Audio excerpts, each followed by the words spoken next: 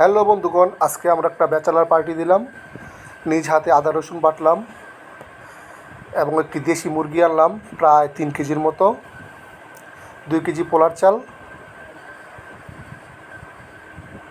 সব কিছু আজকে নিজ হাতে বাটা মশলা করলাম, রান্না শুরু করলাম। হলুদের গুঁড়া দিলাম। আজকে সব নিজ হাতে রান্না করব। আপনারা দেখবেন পুরো ভিডিওটি, আশা করি অনেক ভালো লাগবে। মরিচের গুঁড়া,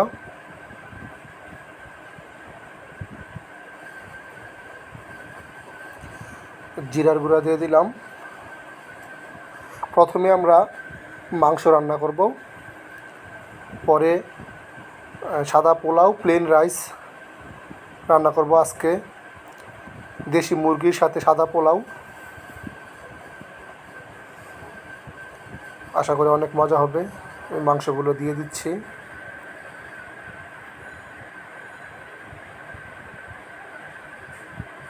আসলে ব্যাচেলার থাকলে মাঝে মাঝে এরকম পার্টি আমরা সবসময় দিয়ে থাকি।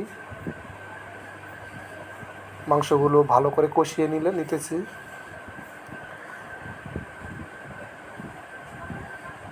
একটু মশলা দিয়ে দিলাম, যতরিকটা দিলে অনেক সুন্দর একটি স্মেল আসে। এদিকে পোলাও রান্না শুরু হয়ে গেছে। পোলাওর জন্য সব মশলা, পেঁয়াজ দিয়ে দিলাম।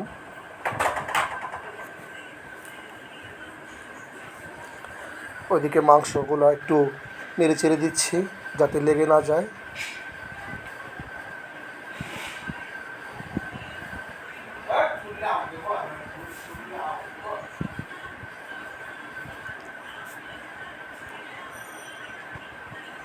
আদা রসুন দিয়ে দিচ্ছি পোলার মধ্যে।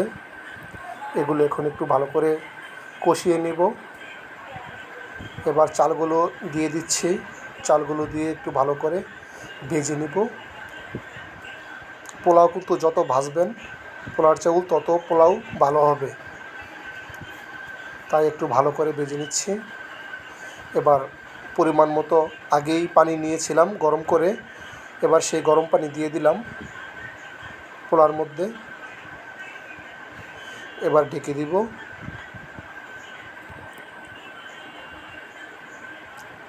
কাঁচামরিচগুলো দিয়ে দিলাম।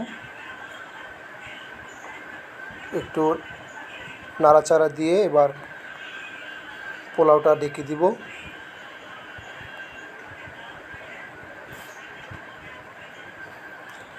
এই যে দেখেন, মাংস কিন্তু অলরেডি হয়ে গেছে, অনেক সুন্দর হয়েছে কালারটা। পোলাও হয়ে গেছে। ভিডিওটি বড় হয়ে যাবে দেখে একটু স্কিপ করলাম। খাওয়া দাওয়া শুরু হয়ে গেছে।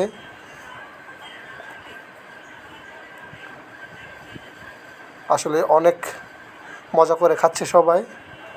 খাবার অনেক স্বাদ হয়েছে। ওয়াও, অসাধারণ!